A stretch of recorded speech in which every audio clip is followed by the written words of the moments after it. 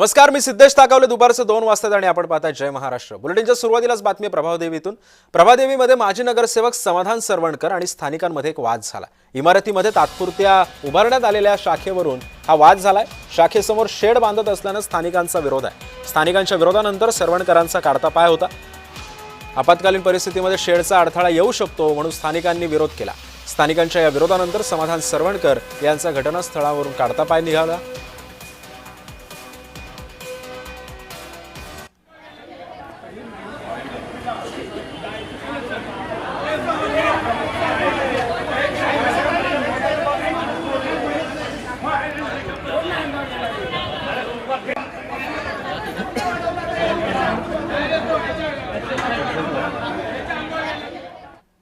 तुम्ही अजिबात शेड बांधू नका, लोकांना त्रास आहे, डास होतात, उंदीर येतात, फायर ब्रिगेडचा रस्ता आहे, परंतु जबरदस्ती सांगतात की आम्ही बांधणार, तुम्हाला काय उकडायची ते उकडा. आणि आम्ही फक्त स्थानिक इथे उतरलो आहेत.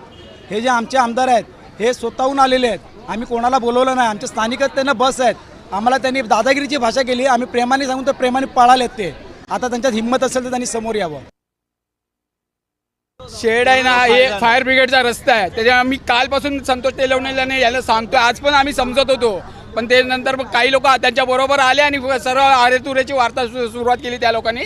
तर बोला आम्हाला त्रास होणार आहे, या ज्या शेडचा त्रास नका, हे आम्हाला रहिवाशांना त्रास देऊ नका.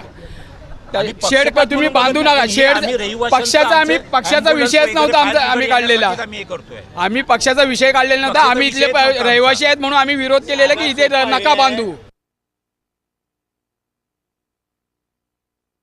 रहिवाशाने त्यांना गेले 2 दिवस माझ्याकडे आलेलं. म्हटलं तुमचा विरोध तुम्ही दर्शवा. त्याप्रमाणे त्यांनी 2 दिवस झाला त्यांना विरोध दर्शवतात.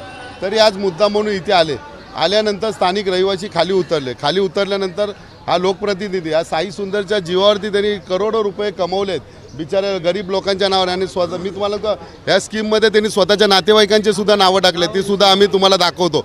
आणि असं असताना सुद्धा अजूनही रहिवाशांना त्रास देत आहे. बातमी नाशिकमधून आहे. नाशिकमध्ये एकाच कुटुंबातील 4घांचा मृत्यू झाला. एकाची आत्महत्या आहे तर 3घांचा मृत्यूचं कारण अद्याप अस्पष्ट आहे. पत्नी आणि दोन्ही मुलांची